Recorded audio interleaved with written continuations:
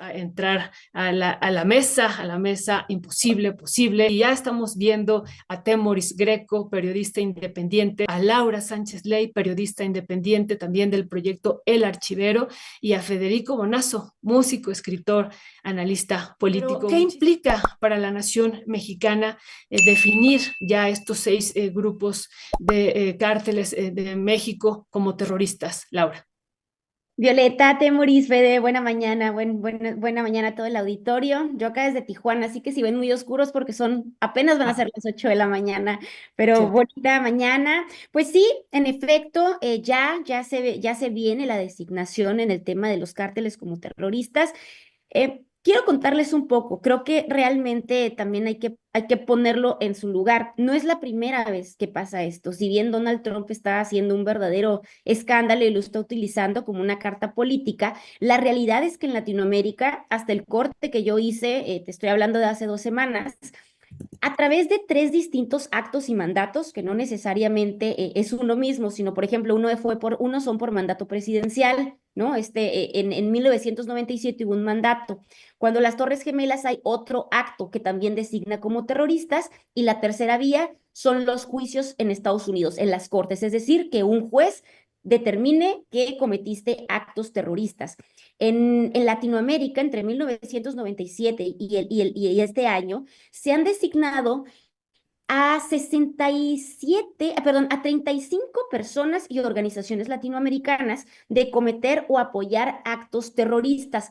No es la primera vez, incluso se está, digamos, dobleteando la designación porque algunas organizaciones que el día de hoy van a ser designadas como terroristas, por ejemplo, Cártel de Aragua y la Mara Salvatrucha, ya habían sido incluidas en estos listados. La ley antiterrorista y pena de muerte es una, y la orden ejecutiva 13224, esa es la segunda, digamos, a través de la que se designa. Entonces, tienen muchos años designando organizaciones latinoamericanas. No es la primera vez, esta lista negra está llena. Ha habido una intervención como tal, como se ha estado, pues, básicamente difundiendo por algunos sectores en Colombia, en Perú, no como tal, no como invasión armada. Lo que sí ha sucedido, pues, es que Estados Unidos ha hecho muchísimo dinero a raíz de estas designaciones, y es una cosa que a mí sí me gusta como recalcar mucho. El tema de la designación de terrorista, más que un tema de invasión armada, tiene mucho que ver con la recaudación de dinero que está haciendo Estados Unidos en estos países latinoamericanos, porque lo que implica es que tiene mayor facultad para congelar bienes estas empresas, para designarlos, para quitarle bienes también a los cómplices en estas designaciones, supuestos cómplices de estas organizaciones terroristas, y también para llevarlos extraditados a Estados Unidos, donde se les hacen juicios mucho más severos y donde se les puede incautar mayor cantidad de dinero. La realidad es que lo que ha estado paseando con estas 35 organizaciones latinoamericanas desde el 97 hasta la fecha es que se les ha quitado mucho dinero y ha habido una presión, y eso es la parte que a mí sí me preocupa en el tema mexicano, que se genera mucha presión porque ya no estás presionando para extraditar narcotraficantes, pandilleros o guerrilleros, estás presionando para extraditar terroristas, y eso es una ofensa personal para los Estados Unidos no ceder ante sus peticiones de extradición o de apoyo para hacer operaciones contra estas organizaciones terroristas en los países. Entonces, eso es lo que yo creo que se viene para México. Esa es la parte en la que hay que tener mayor cuidado. Vemos que las organizaciones criminales ahora, organizaciones terroristas, pues son el Cártel de Sinaloa, la familia michoacana, entre otras, y se deja fuera también algunas otras que ya habían sido nombradas como terroristas en corte, como el caso de La Línea con el tema de la familia Levarón. Ya hay un precedente de que era una organización terrorista, al menos desde un juzgado federal en Estados Unidos. Entonces, creo que hay que poner mucho ojo en eso porque es una moneda de cambio para presionar políticamente, porque te digo, no es lo mismo extraditar guerrilleros y pandilleros que terroristas de Estados Unidos. Entonces, la presión política que hará sobre países como Perú, sobre Colombia, sobre México y sobre El Salvador, pues me parece que va a jalar la liga todo lo que pueda hasta reventarla para obtener lo que quiere. Muchísimas gracias, Laura. Pues muy importante también esto que dices, no es la primera vez. pero ahora es en el contexto del segundo mandato de Donald Trump. Eso es importantísimo, y pues esta apuesta que él tiene también hacia el interior de los Estados Unidos, y sobre todo pues este auge que ha tenido el consumo de fentanilo. Pero bueno, son estas 6 organizaciones, los cárteles de Sinaloa, Jalisco Nueva Generación, del Golfo, del Noreste, la nueva familia michoacana y Cárteles Unidos, Temoris. ¿Qué decir sobre esto? Y si lo tejemos también con esta iniciativa de reforma constitucional del artículo 40 y 19 que ha presentado la presidenta esta mañana en Palacio Nacional. Fíjate, me gustó que Laura tocara el ángulo de los beneficios económicos que tienen estas acciones. O sea, no es solamente el combatir el crimen organizado u otros tipos de actores, sino los beneficios económicos. Se roba a otros países. Se roba, bueno, o sea, por ejemplo, ahora está México peleando unas propiedades que tiene García Luna en Miami, que quién sabe si nos van o sea, a regresar, porque finalmente Estados Unidos o las potencias europeas, por ejemplo, Suiza, se quedó con el dinero, con los 50 millones de dólares de Raúl Salinas de Gortari, ¿no? Se quedan con esa lana. Pero también sirve para robarles a los contribuyentes, y esos son los contribuyentes de Estados Unidos. O sea, eso es una de las perversiones de ese sistema. Por ejemplo, si uno dice que hay una emergencia tremenda en la frontera y hay que movilizar a Guardia Nacional y soldados y todo eso, se genera una serie de gastos que benefician a los contratistas militares. O sea, eso es dinero que va directo a las manos de lo que Roosevelt llamó el complejo industrial militar.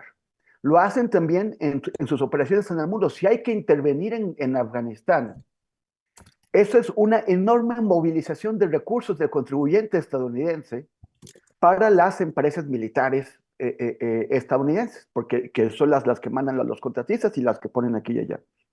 Sí, por ejemplo, como ocurre desde el pacto de Campo David que hizo el presidente Jimmy Carter en 1977, Estados Unidos, para garantizar supuestamente la paz en Medio Oriente, le da cada año 2.000 millones de dólares en ayuda militar a Egipto y 3.000 millones a Israel. En realidad le da más a Israel, pero esa es como la base. Esos 2.000 millones que les da a los egipcios y 3.000 millones, ellos no tienen la libertad de gastárselos como quieran. No pueden ir con un proveedor de armas francés o chino o ruso, no. Tienen que invertirlo en la industria militar estadounidense. O sea, esa es una forma de que el contribuyente estadounidense paga un impuesto y le dicen, es que tenemos que salvar a los israelíes en Medio Oriente, y en realidad lo que está haciendo es subvencionar a las industrias militares estadounidenses, que a su vez subvencionan a los políticos, les pagan sus campañas, los colocan en los diversos puestos, pues para que siga este círculo vicioso. Entonces, pues de eso sirve, o sea, no es la primera vez, ahora lo denominan, o sea, bueno, como dice Laura, ahora lo denominan terroristas, pero en otras ocasiones le ponen otra cosa. Ahora, a mí me parece muy interesante la forma en que la presidenta Sheinbaum está reaccionando. Como les conté el día que regresé de Siria, pues por allá la gente está sumamente interesada en ver cómo reacciona Claudia Sheinbaum, porque es una de las principales dirigentes mundiales que está teniendo que enfrentar de primera mano las acciones de Donald Trump. Y ella lo hace demostrando otra vez quién es aquí la adulta en la sala. No son decisiones ejecutivas, órdenes ejecutivas tomadas de manera improvisada. No es lo que al presidente Trump se le acaba de ocurrir ahorita, que ahora lo va a decir. No, ella ya había adelantado que había una serie de medidas. Ella había dicho arancelarias y no arancelarias para tratar de contener las acciones que está tomando o que amenaza con tomar en contra de México el presidente de Estados Unidos. Y una de esas es, además también porque vimos esta operación que inició el New York Times y que de inmediato encontró réplicas aquí en México para mostrar al gobierno mexicano como débil e inclinándose ante el de Estados Unidos. con el tema de los drones. Bueno, ella responde con unas iniciativas que hay que estudiar más, las acaba de presentar, las estamos viendo apenas, pero que en principio ella las presenta como destinadas a fortalecer la seguridad nacional, fortalecer la defensa de la soberanía.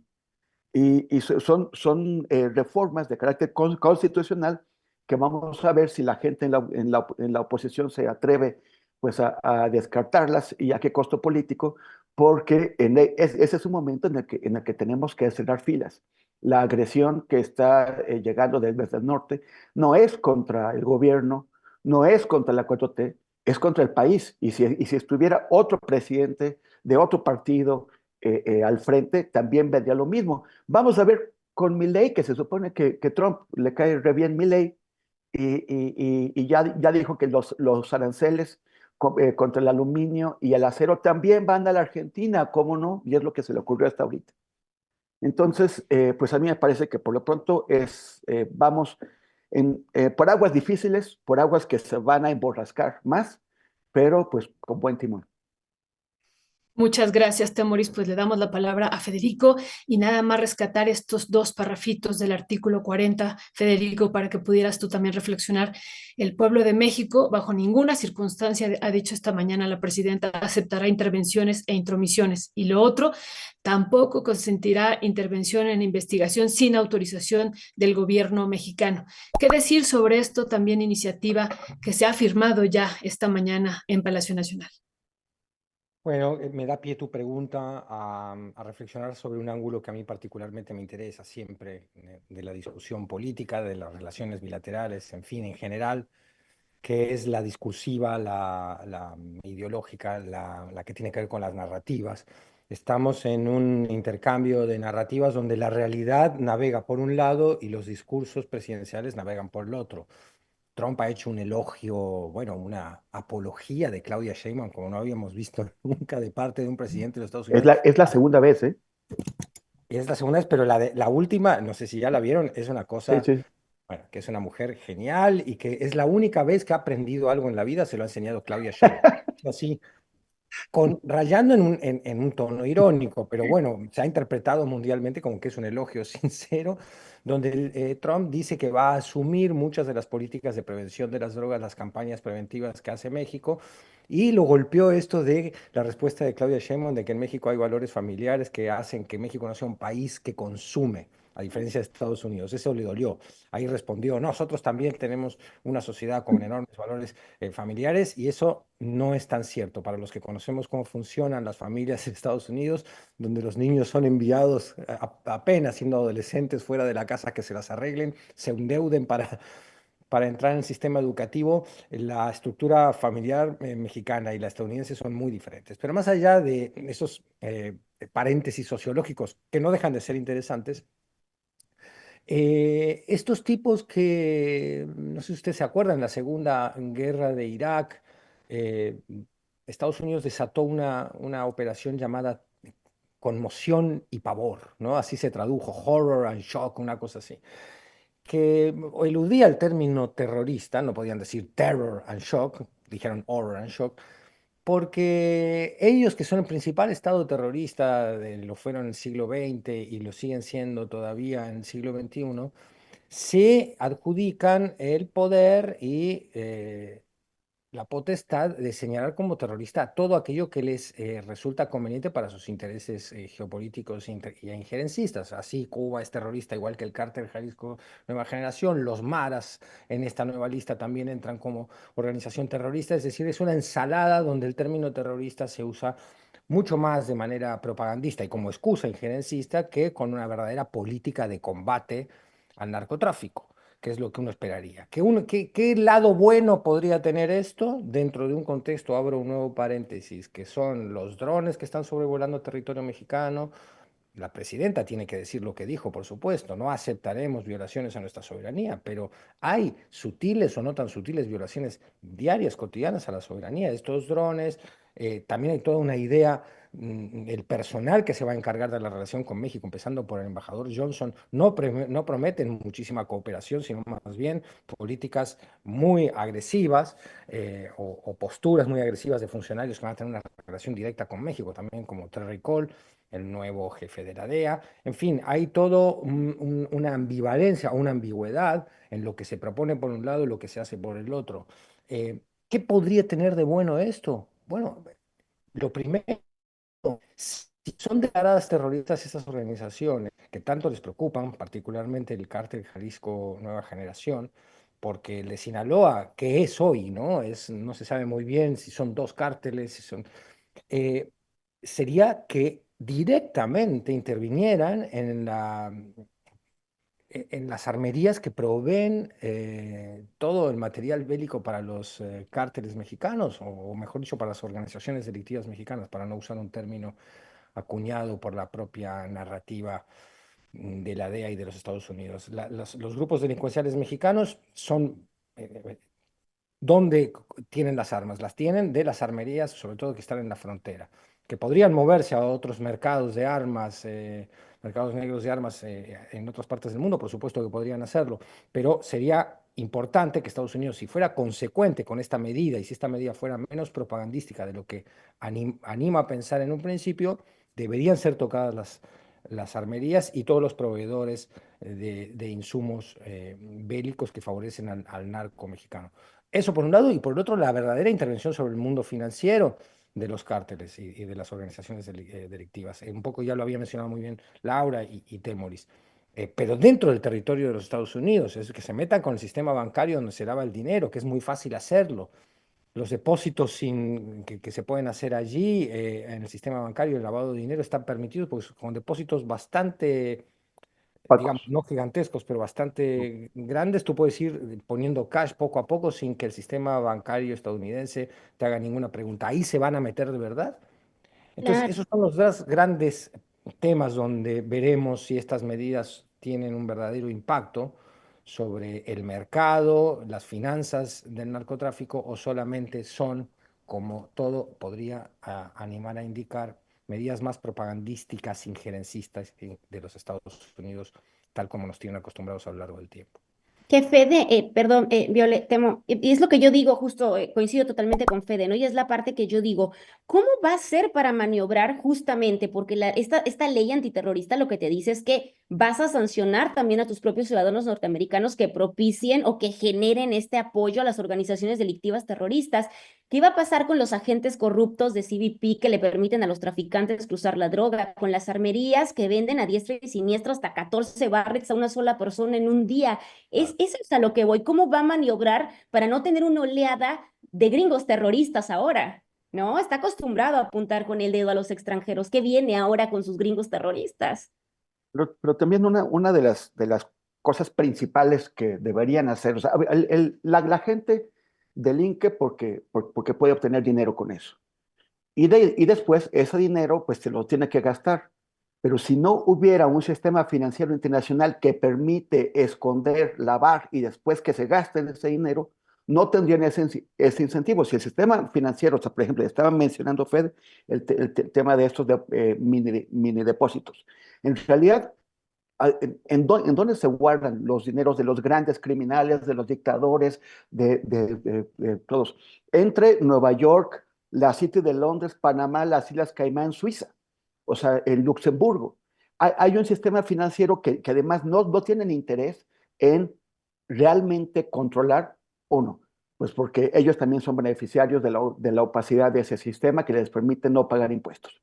Pero dos, porque es una fuente de riqueza. O sea, el hecho de que estos grandes países, o esos países, o esas economías grandes, puedan atraer todo el dinero sucio del mundo y todo el dinero sangriento del mundo, aceita sus economías y hace que la gente sea rica.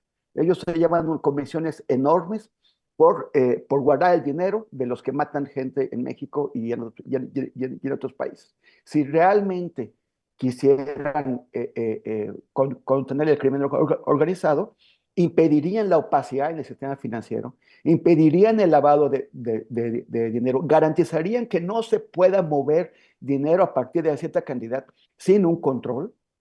Y en eso, pues, ya no habría manera de gastarse esta lana y los criminales perderían el incentivo de hacer crímenes, de cometer crímenes. Un comentario más. Muchísimas Ahí gracias. entra el mundo, perdón, el mundo de las criptomonedas. Claro, Están pensando estos grupos delincuenciales mudarse al mundo de la criptomoneda, que hoy está de moda por culpa del escándalo desatado por Milei, pero que sería un espacio mucho menos controlado en el cual podrían lavar activos. ves que te piden, por ejemplo, si te extorsionan o secuestran o algo, piden que los pagos o parte de los pagos se hagan en monedas, en criptomonedas, porque no hay un control sobre esos activos. Y no son traceables, no se puede ubicar de dónde va. O sea, si tú haces un depósito a la cuenta de Banco Azteca, aunque sea una tranza lo de Banco Azteca, pero finalmente hay algo ahí, o hay un nombre, ya es identificable más o menos. Pero si lo metes en cripto, ya se fue, ya se perdió. Por eso los de la tranza esta de Milei ya les dijeron, olvídenlo, olvídenlo, no hay manera, no van a recuperar su dinero jamás. Ya no se sabe dónde está. Muchísimas gracias a los tres por este primer tema y yo les iba a preguntar, pero pasamos al otro tema, ¿están de acuerdo? Pero yo les iba a preguntar si también esto tendría que ver o se podría tejer también con toda la obsesión que tiene Donald Trump, ¿no? Primero por comprar Groenlandia por las tierras raras, ahora con Ucrania, ¿no? Que también le interesan las tierras raras de Ucrania y pues con esta lucha que tiene contra China, si tiene que ver también la designación de estos grupos ya como terroristas, ¿no? Que son de América Latina, donde está pues el litio, el grafito, el cobre, el petróleo y otros intereses para Estados Unidos. Y también lo pudiéramos tejer en ese sentido. Si quieren, cerramos, Laura, con este tema y pasamos al otro también de Morena. En un minutito, ¿cómo cerrarías este tema? Sí, mira, me parece que es parte de una narrativa, ¿no? De Donald Trump, evidentemente. Yo creo que en el caso latinoamericano del terrorismo no lo relacionaría, digamos, con esto, sino más bien con el tema de hacer mucha presión política para poder intervenir en el tema, restaurar, digamos, a lo que estaban acostumbrados antes del presidente Andrés Manuel López Obrador, que ya lo he mencionado en otros momentos. La Ley de Seguridad Nacional vino a darle un traste total a la DEA, a la CIA y al FBI, que caminaban como Pedro por su casa por las calles de México. Se les regula, se les pone una agenda que los imposibilita, se les sacan los aviones del hangar de Toluca a la DEA, por ejemplo. Entonces, para mí el tema de la designación como terrorista tiene que ver con volver, con dar un pasito atrás y volver a tener este espacio de maniobra en México para sus operaciones, tanto infiltradas como legales, ¿no? Gracias, Laura. Temoris, ¿cómo cierras en un minutito con este tema, la conclusión? No, yo ya estoy bien. Es que algo dijo Fede sobre que me recordó a la banalidad de algo, pero ya me banalicé. Entonces, Bueno, pues entonces cerramos con Federico y Federico, si también pudiéramos ya entrar al otro tema de Entremos, entremos, que entremos. están planteando ustedes que también pues no es menor, ¿no? No es menor sobre todo pues a partir de la afiliación de Yunes Márquez, pues ha desatado toda una discusión en redes, pero no solo en redes, sino también estamos viendo cómo está reaccionando, por ejemplo, el Congreso de Veracruz y la propia gobernadora Rocío Nale. ¿Qué decir sobre estos personajes muy particulares? No son cualquiera, traen una historia, Fede, que se están incorporando, afiliando a Morena. Es curioso, algo ha cambiado porque cuando la coyuntura de obtener la mayoría calificada del Senado permitió la... Federico, nos están pidiendo si podemos subir tu volumen porque sí se escucha muy bajo. Yo cuando hablo Federico sí subo todo, pero pensé que era yo. Por favor. A ver, sí. A ver, díganme si ahí subió. sí, ¿Estamos mejor? Sí. Sí, Perfecto. gracias. Sí, a ver, de nuevo, durante la coyuntura donde aquel voto era fundamental para tener la mayoría calificada y se transó con Yunes, que podemos abrir un primer paréntesis. ¿Cuáles son los límites del pragmatismo político? Una pregunta es, ¿la ley es un límite para el pragmatismo político? Porque si queremos instalar un Estado de derecho de verdad, no podemos violar la ley para poder instalarlo después. Es una contradicción no solo de términos, sino de la congruencia mínima que se requiere para entender y afinar e identificar los fines y los medios. En el caso Yunes se han violentado, como en otros casos también, pero este es muy paradigmático, todos los fines y los medios. Ya no sabemos qué está ocurriendo, ¿no? Y en aquella coyuntura, las voces que salieron a criticarlo fueron tachadas de, bueno, una serie de calificativos denostativos que relacionados con ingenuidad, candor, falta de entendimiento de la coyuntura política, de la correlación de fuerzas, de la importancia histórica de la reforma judicial. Y ahora, en cambio, hay muchísimas de esas voces que eran muy críticas con los que teníamos una visión de denuncia del caso Yunes, aunque significara la conquista de la mayoría en la Cámara de Senadores, ahora esas mismas voces están críticas, se han vuelto críticas ellas mismas, muchas. Esto nos habla, no quiero revivir confrontaciones, sino lo que quiero es poner la atención sobre que algo ha cambiado y ese algo puede tener que ver con alguna medida subterránea también de control o intento de control de estos poderes crecientes dentro de Morena que ejerce la misma presidenta y líder del movimiento, Claudia Sheinbaum. Es decir, no sabemos si Rocío Nale hace esta protesta a modo personal o ha hecho una consulta previa con la presidenta, lo cual a mí parecería muy bien si la hizo. Es decir, y si Claudia Sheinbaum en este momento, vimos con sus declaraciones con respecto al caso de Pedro Aces, es decir, la misma presidenta está empezando a mostrar irritación con el chapulineo y está empezando a intentar poner límites. Y entonces ahí vemos que hay un conflicto entre el partido y el gobierno, o por lo menos, si no un conflicto, para no usar una palabra que requeriría pruebas de otra índole, por lo menos un primer lugar de confrontación, ¿no? Y el crecimiento de estos personajes que son sobrepremiados, porque otorgarle también la Comisión de Hacienda del Senado, otorgarle la credencial de afiliación a Morena, el nuevo pacto que hemos visto con el CENTE y la promesa de los 5 millones de afiliados, en fin, todo apunta a que hay una estructura partidista en busca de la tan mentada hegemonía y uno se pregunta ahí, bueno, ¿cuáles son los límites de la hegemonía? Tú puedes ejercer una hegemonía cuando tienes un rival, cuando tienes contra... Si tú te conviertes en el todo, no hay hegemonía. Lo único que generas es un nuevo ecosistema político donde se dirime el poder. Y ese poder estamos viendo que empieza a dirimirse con estas mm, críticas internas ejercidas por la base morenista contra el chapulineo desde hace años, pero muy poco tenidas en cuenta por la dirigencia. Ahora han empezado a voces de mucho peso, como es el caso de Rocío Nale, a decir, no, hasta aquí, yo con esto no voy. El caso de ella particularmente porque en Veracruz el conflicto que tiene con la familia Yunes, que ella ha dicho que va a aprobar eh, la va a enviarle a la presidenta y al Comité de Justicia y Honorabilidad y Honor de Morena todas las pruebas que los vinculan con actos delincuenciales a esta familia, que además no son solo uno, habla ya de otro tipo de posicionamiento interno, ¿no? Y que bueno, da para reflexionar muchísimo más, aquí lo dejo. Pero aquellos límites o plantear que hay límites entre la ética y el pragmatismo que resultaban tan candorosos unos meses atrás, hoy no lo resultan tanto. Es una pregunta que tiene muchísimo que ver también con el futuro de Morena y por supuesto la preocupación social que el futuro de Morena genera en todos nosotros. Gracias, Fede. Pues Laura, lo que decía ahorita Federico, ¿no? Estas pruebas que va a presentar Rocío Nale de lavado de dinero, nada más ni nada menos, ¿no? Que se tejen con esto que dice un compañero de la audiencia, Abraham Sartre, dice, aquí en Veracruz nadie quiere a los Yunes en Morena, por eso hemos rechazado una y otra vez las invitaciones a afiliarnos a ese partido. No nos reunimos con impresentables. Laura, ¿qué decir sobre esto que está ocurriendo en Morena, tanto en el estado de Veracruz, pero también a nivel nacional? Sí, de hecho, hace una hora exactamente, Rocío Nale confirma que finalmente la Comisión Nacional de Honestidad y Justicia de Morena, pues ya ya aceptó revisar esta afiliación.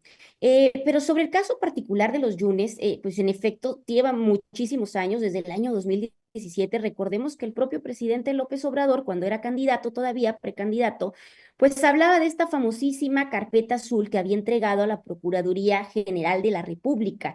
Me parece muy interesante porque desde entonces se empieza a mencionar pues departamentos en Florida, departamentos en varias partes. No sé si han tenido oportunidad de revisar esta famosa carpeta azul, pero básicamente entrega un archivo de 146 hojas donde habla del enriquecimiento ilícito de Miguel Ángel Yunes Linares, papá, pero también de los hijos. Y me encantaría que toda la audiencia tuviera oportunidad de verla. Por acá les voy a dejar el link, porque te ponen incluso hasta las fotografías de las propiedades en Estados Unidos, de las propiedades en Ciudad de México, de las propiedades en Veracruz, que me parece relevantísimo que, bueno, si Andrés Manuel es la base o ha sido la base del movimiento Morena, pues la Comisión de Justicia de Morena tendría que estar revisando esto con lupa, ¿no? Que no coincide con los cargos públicos que han tenido los Yunes, ¿no? Condominios de 45 millones de pesos en Veracruz, casas en las lomas, en el Pedregal, con extensión de 960 metros cuadrados, casa de golf, de club de golf. En Florida, casas de 2 millones de dólares. En Nueva York, en la Quinta Avenida. Y esta solamente, estoy en la página 5, a la audiencia que nos está leyendo, que nos está viendo, de 146 páginas. A mí de verdad que me parece un escándalo. Y no solamente el tema de las propiedades, como les digo, yo sigo avanzando y avanzando, páginas 7, 8, y siguen apareciendo propiedades, pero también el escándalo de corrupción. Yo tuve oportunidad de participar en una de estas investigaciones con la empresa Stryker. Para la gente que tampoco recuerde esto, entre el 2006 y el año 2010, una empresa de insumos médicos que proveía al ISSSTE en su momento, pues se habló de que recibió al menos 60 contratos con esta empresa que ascendían a más de 48 millones de pesos, y donde después se comprobaría que hubo actos de corrupción, que se sobornó a gente que estaba relacionada evidentemente con la familia Yunes y con el sector de proveedor de insumos médicos del ISSSTE. Entonces, sí me encantaría que vieran esto, porque sí es una cosa que me parece escandalosísima, ¿no? Y que contraría totalmente los valores del partido de Morena que se han pregonado históricamente. Ahora, ¿qué sigue? Ya la Comisión Nacional de Honestidad y Justicia tiene esto. Me parece que la decisión va a quedar en la cancha de María Luisa Alcalde. No quiero quitarle, digamos, autonomía a los comisionados, pero sí hay que dejar un antecedente muy claro. Estos integrantes de la comisión han trabajado totalmente de cerca con María Luisa Alcalde, es gente de María Luisa Alcalde. Algunos nombres como ejemplo, ¿no? Por ejemplo, Mariana Rodríguez Bello, que es una de ellas, pues trabajó directamente en la Secretaría de Gobernación con María Luisa. Otro, Eduardo Ávila Valle, también trabaja directamente con María Luisa Alcalde, pero en la Secretaría del Trabajo y Previsión Social. Y así nos podemos ir, ¿eh? La gran mayoría de estos integrantes, pues son gente totalmente cercana a María Luisa. Entonces creo que se encuentra ante el primer gran reto como presidente de Morena, y es pues salvar la credibilidad del partido. Pero como dice Fede, también vemos otro sector de Morena muy duro, que básicamente nos está diciendo que el fin justifica los medios, y que dentro del partido pues parecería que se le tiene que pagar el favor de la reforma judicial, ¿no? Porque me parece que con estas 146, Luisa María, perdón, dije María Luisa, Sí, Luisa María Alcalde. todos nos confundimos, siempre, siempre. Sí, sí, sí. Pero entonces, bueno, acá en este momento está toda la decisión. Te digo, estos comisionados realmente sí son gente cercanísima pues a la presidenta de Morena. Entonces hay que ver cómo va a caminar esto y esperar que estos sectores más duros no quieran pagarle el favor de la reforma judicial de esta manera. Gracias, Laura, y gracias también por esta carpeta azul que nos vas a compartir. Ayer hablábamos un poco al respecto con el periodista de Veracruz también sobre esta carpeta con Miguel León Carmona, así es que va a ser de mucha, mucha utilidad. Gracias, Laura. Moris, y a esto se suma también otras personajes que se han ido agregando o están ya en Morena, Murat, Corral, Cuauhtémoc Blanco y otros, y se teje con este comentario también que hace aquí en la audiencia Diego Guzmán. Yo tampoco me afilio, pero por impresentables anteriores como Luis Fernando Salazar en Coahuila o Rommel Pacheco, y peor aún, a Ale del Moral en el Estado de México. Temoris. Pues es que, o sea, esto es una, pues ya sabemos que es viejo, ¿no? O sea, no sé, de pronto tienes a gente del Yunque, nada menos que del Yunque, en Morena, tienes a Ricardo Sheffield de Guanajuato, a Espino, que ha ocupado varias posiciones, Yunque, Uh-huh. y tienes la alianza con el Partido Verde. O sea, ¿cuáles son los costos? O sea, todas esas afiliaciones, alianzas, coaliciones, incorporaciones, asociaciones, vienen con costos. Esta gente no dice, uy, me encantó el proyecto de la 4T, vamos a salvar a México y vamos a sumarnos. El tema es cuánto están dispuestos a pagar y también cómo están pensando crear algún tipo de cortafuegos, pues para que no se les suban a las barbas, ¿no? Para que no se generen una gran coalición de corruptos derechistas adentro de Morena y adentro de la 4T, que de pronto les tomen el control del partido. Decía Felipe Calderón sobre el PAN que había que ganar el poder sin perder el partido. Pues perdieron el poder y perdieron el partido. Y la pregunta es, ¿qué están pensando? ¿Cómo los van a controlar? Porque estos son grillos, son lobos de dientes bien afilados. Pero por el otro lado, yo estoy cada vez más preocupado por el futuro no muy lejano que nos viene. Ayer tuvimos, Jorge Meléndez y yo entrevistamos a Cuchu Mendoza, que es un politólogo mexicano que está estudiando el doctorado en Buenos Aires. Y él nos estaba, o sea, estamos hablando sobre todos esos grandes movimientos de la extrema derecha.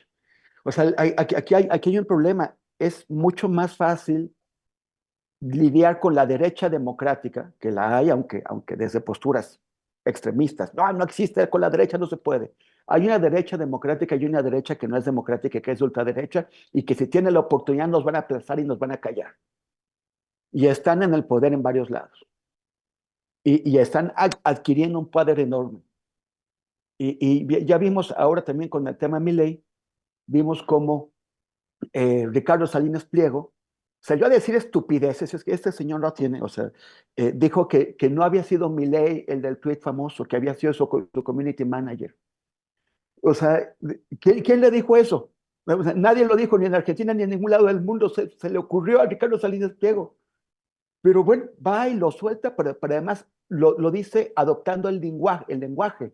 Me leíste zurdos de mierda. Espero que no nos va a tener problemas en YouTube por usar la... Lo de zurdos. Ay. Pero bueno, o sea, está también, Ricardo Salinas Pliego ha decidido seguir la ruta de estos extremistas absolutamente intolerantes, violentos, súper agresivos, que han estado teniendo éxito en países pues, de gran alcance, como Brasil o Argentina, por no hablar de Estados Unidos.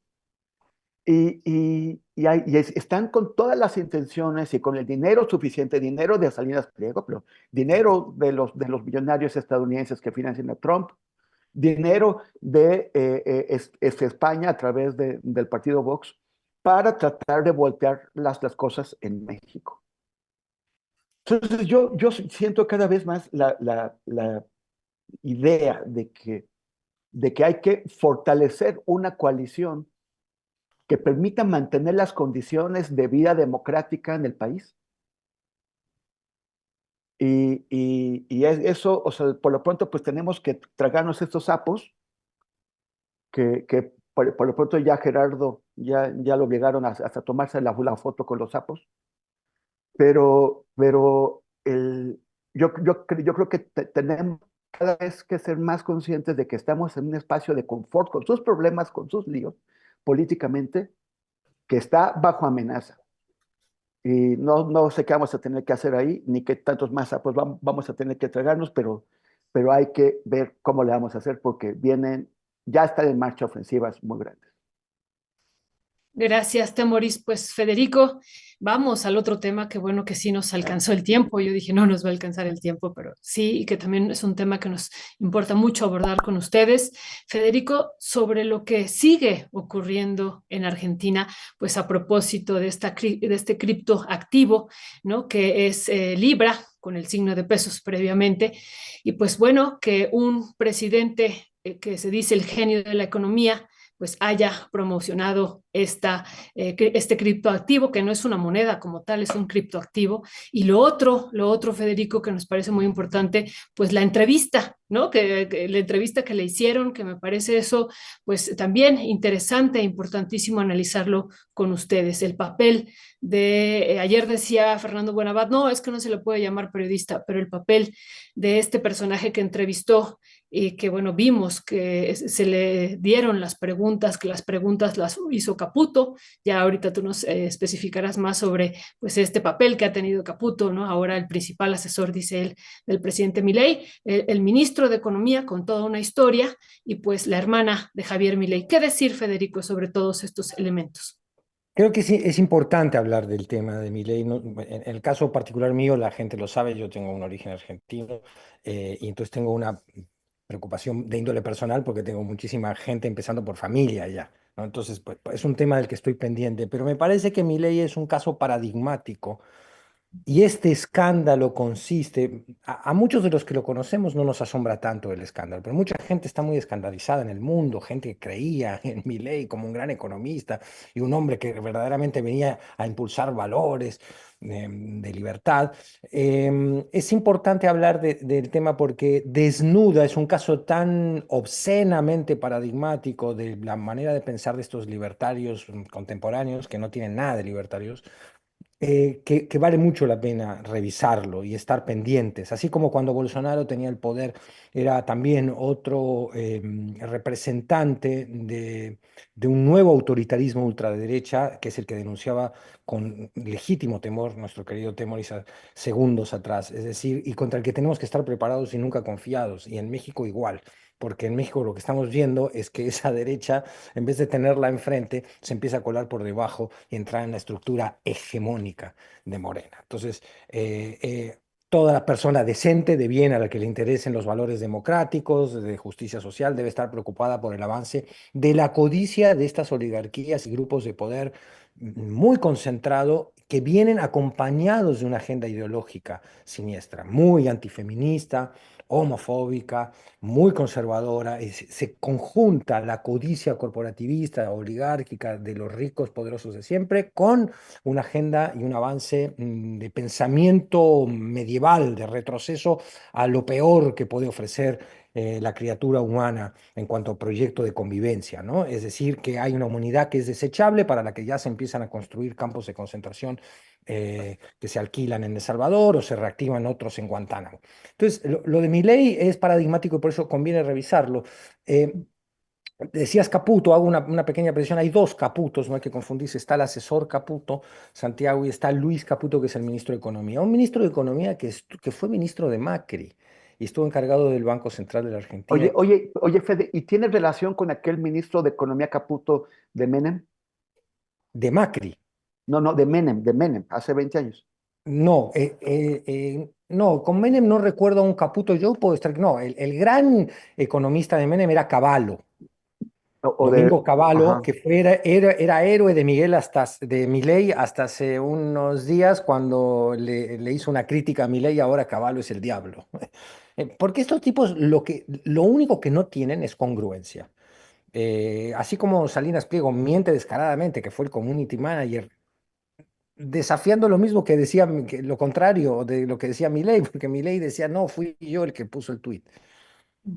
A ver, hagamos un pequeño repaso. Ese tuit en sí constituye un delito según los que están llevando ya las denuncias concretas ante la justicia argentina y estadounidense, violatorio del Código Penal argentino en su artículo 265, donde un presidente no puede promover una marca concreta, un producto concreto, inmiscuirse en la propaganda de una empresa. O sea, se puede hablar de un sector, por ejemplo, compren carne argentina, pero no puedes decir compren tal carne argentina hecha por mi hermana Karina Milei, ¿no? Porque es lo que casi está pasando aquí.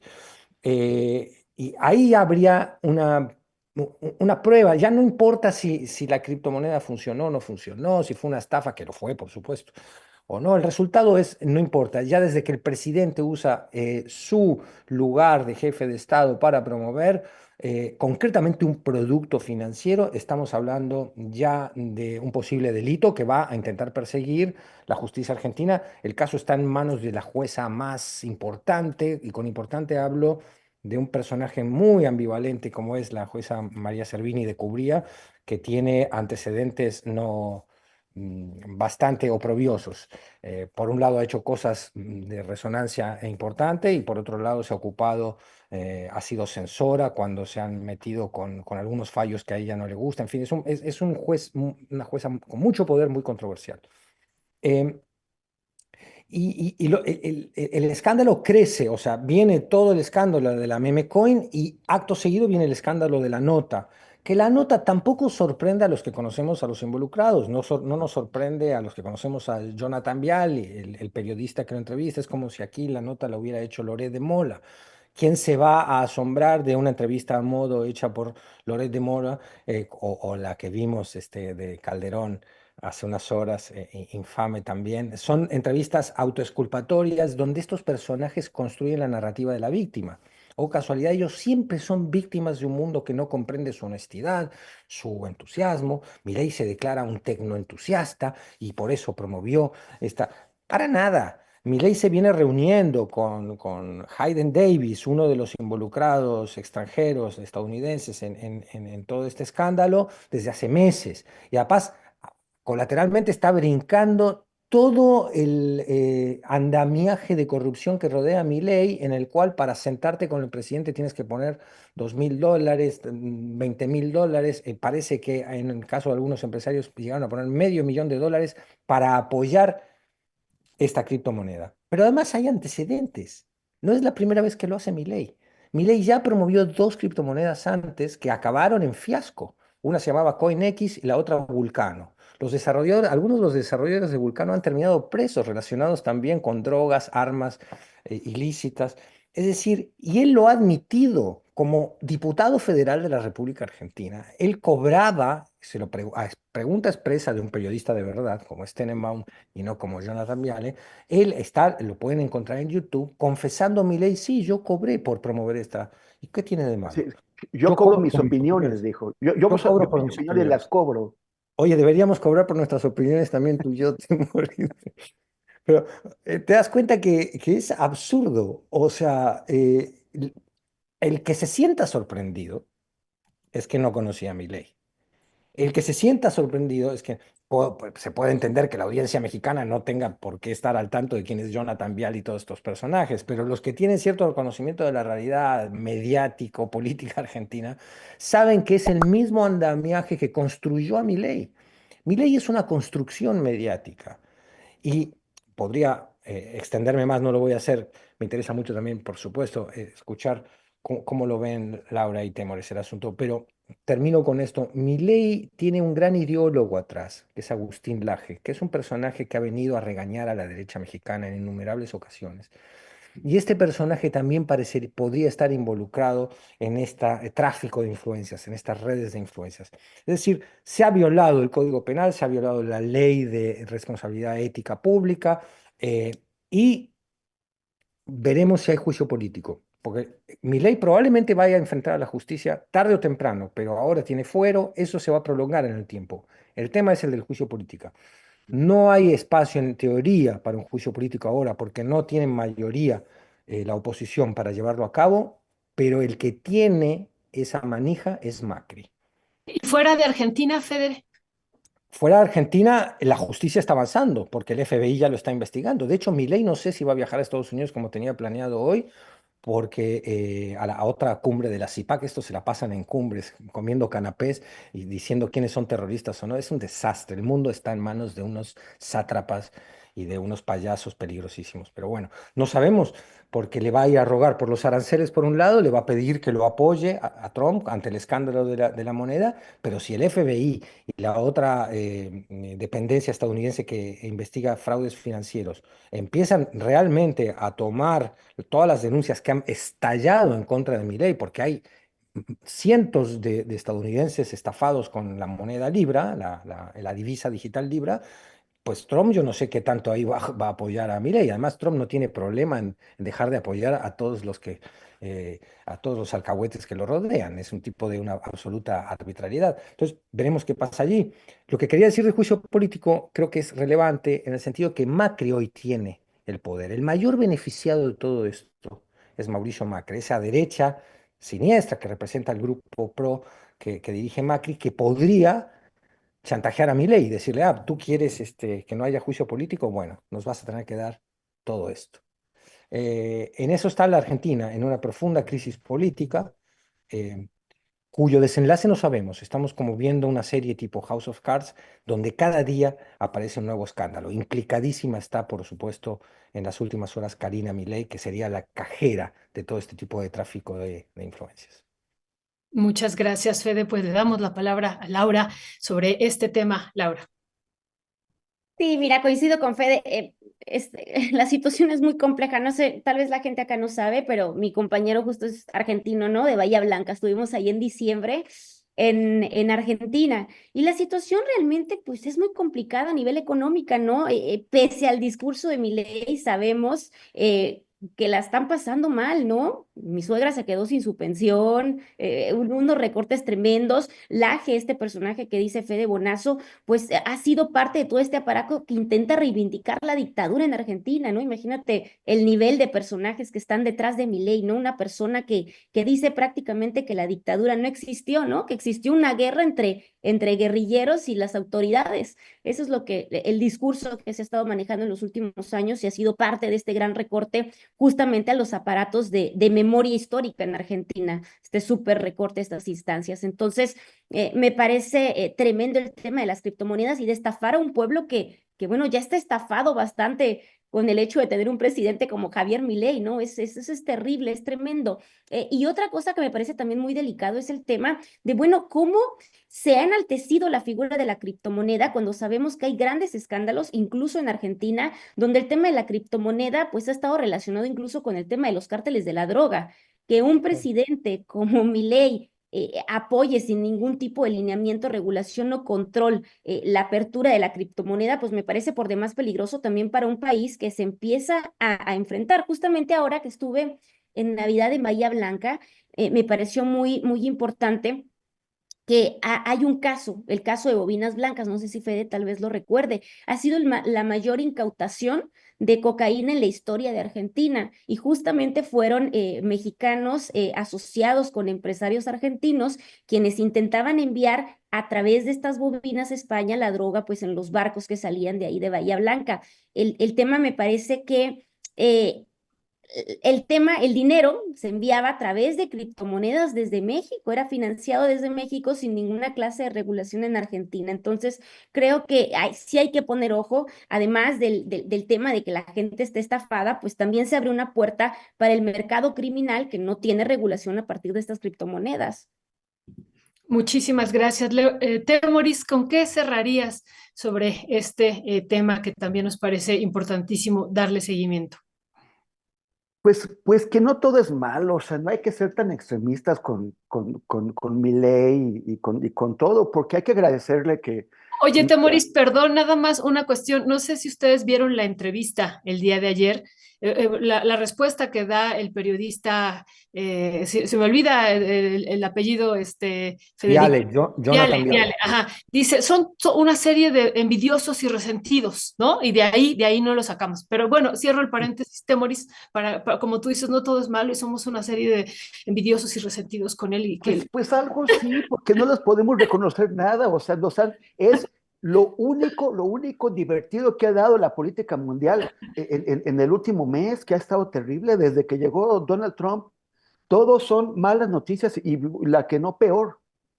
Y si no fuera por mi ley, no hubiéramos tenido esos momentos de solaz y esparcimiento.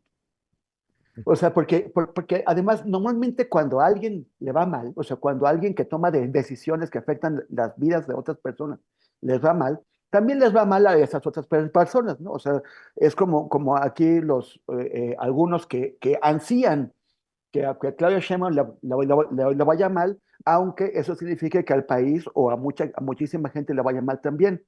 En ese momento los que les fue mal, híjole, pues no lo siento, la verdad, porque son simpatizantes de Milei y son personas que están pues totalmente buscando cómo hacerse ricas sin trabajar y esquilmándole el dinero a otros, porque ahí el dinero que entra es, pues, o sea, Milei tiene razón en una cosa, pues es un casino, estás metiendo en la lana y es un esquema de suma cero, ¿no? O sea, no es que gano yo y ganas tú, no, unos ganan y otros pierden, entonces es como entre ellos es ese juego tan perverso. Entonces, los que perdieron, ahora que estaba viendo estos videos, hay un chico que está presumiendo que hace dos cosas en la vida, jugar criptos e ir al gimnasio y que está amenazando que va a encontrar al tipo y hace un berrinche fenomenal, un machito ahí con muchísimos problemas muy graves y necesita psicoanálisis urgentemente, pero desesperado. Entonces, sí, o sea, la verdad es que me la he pasado muy bien. Es uno de los temas en los que estoy poniendo mucha atención, pero lo pongo no por trabajo, sino para relajar, para distraerme y divertirme mientras regreso a Palestina, mientras regreso a todo lo que está pasando, a los migrantes, a la violencia, a la chica que bulearon y que se suicidó, a la niñita de secundaria.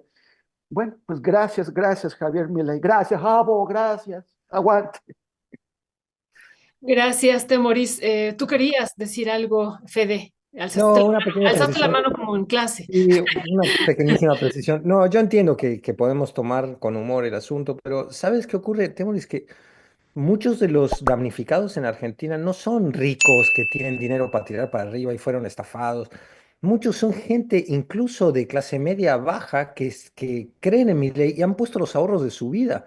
Y son muchos de los que están siendo representados hoy por Juan Grabois, que es uno de estos dirigentes de oposición de los más serios y con mayor convicción que tiene la Argentina. Y lo que estamos viendo cuando vas caso por caso, es verdad, estos gringos encabronados causan hasta gracia porque se la juegan, así se la pasan en ese mundo falso, virtual, al que tiende nuestra pobre humanidad. Pero en el caso de tantos argentinos que se creyeron que el presidente realmente les estaba promoviendo, además porque la promesa fue que los fondos se iban a dedicar a impulsar empresas argentinas, o sea, ahí hay una mentira doble y hay gente que se la creyó de buena fe. Esa gente me da como pena, porque además significa que siempre es lo mismo. Siempre estos ricos vivales te terminan robando a las clases medias y trabajadoras sus ahorros, ¿no? Siempre es la misma transferencia, el capital va siempre de la billetera de los menos favorecidos a estos vivos que inventan criptomonedas, ¿no? Hay algo profundamente triste y patético en toda la situación también. Sí, sí, Fede, o sea, entiendo lo que dices, pero yo la verdad, o sea, esos también son votantes que ayudaron votantes sin conciencia política, sin conciencia de su propia situación social, de sus propios intereses, que son capaces de votar en contra de sus compatriotas, porque esperan que de esa forma van a ascender a la clase alta y después van a hacer el sueño argentino. Pero O yo sea, procuraría entender a esa gente. ¿Cuánto de nuestro querido pueblo no votó a Peña Nieto en algún momento también de equivocación? Este, sí, pero creo que ese voto a Peña Nieto es distinto del voto de Milei. Porque como candidatos, o sea, obviamente sin justificar ni nada por Peña Nieto, pero apelaban a distintas cosas. Peña Nieto vendió el proyecto de la modernización del país. Milei vendió la idea de la ley de la selva, de que tú como individuo te vas a poder beneficiar de estas nuevas condiciones y o sea, no de un engrandecimiento colectivo, sino individual, bestial, darwinista social en el peor de los sentidos. Sí, sí, sí. Está padre, este ángulo del debate está padre. Lo Sí, y podemos también ver. esto que tú decías, Federico, me parece importantísimo, el engaño que hay desde el tuit que pone Milei. Tuvimos una charla interesantísima, pero en otros momentos hemos hablado aquí de la separación de la economía real y de la economía financiera y ficticia, ¿no? Que también es importantísimo decirle la parte de la economía ficticia y que es bien interesante. Ya después les vamos a compartir pues la posición que hay en las bancas centrales sobre estos criptoactivos. Y por ejemplo, el Banco de México no acepta llamarle ni dinero ni moneda y es bien interesante. Entonces, Claro. Milei estaba engañando diciendo vamos a financiar con estos criptoactivos o con esta libra, vamos a financiar estos emprendimientos. No era cierto, ¿no? Estamos hablando de un mundo, ni siquiera del mundo financiero regulado. Estamos hablando de una economía ficticia no regulada. Y entonces ahí el primer engaño.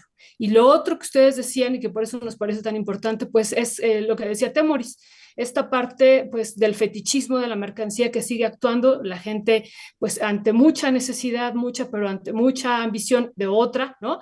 Pues de quererse hacerse rica inmediatamente y pues ahí decíamos ayer con los estudiantes de economía, pues sabemos que hay dos formas de hacerse rico, ¿no? Ya sea inmediatamente, ya sea mediante el robo, el despojo, la corrupción o con el crimen organizado, pero con los criptoactivos pues solamente que seas uno de estos que robaron de los 9 que se llevaron los 87 millones Claro. de dólares, pues eso sí, pero son por robo, estafa, lo que provocó esto. Pero bueno, queridos, les mandamos un fuerte abrazo. Seguiremos con este tema que tiene múltiples ángulos. Ahora veremos qué pasa desde la justicia de los Estados Unidos con estas cientos de demandas que tiene ya Milei. Ayer nos decía Fernando Buenabad al respecto y que bueno, pues esto seguiremos abundando sobre el tema. Temoris Greco, periodista independiente del proyecto Mundo Abierto. Fuerte abrazo. Gracias, Laura Muchas Sánchez, gracias, Violeta.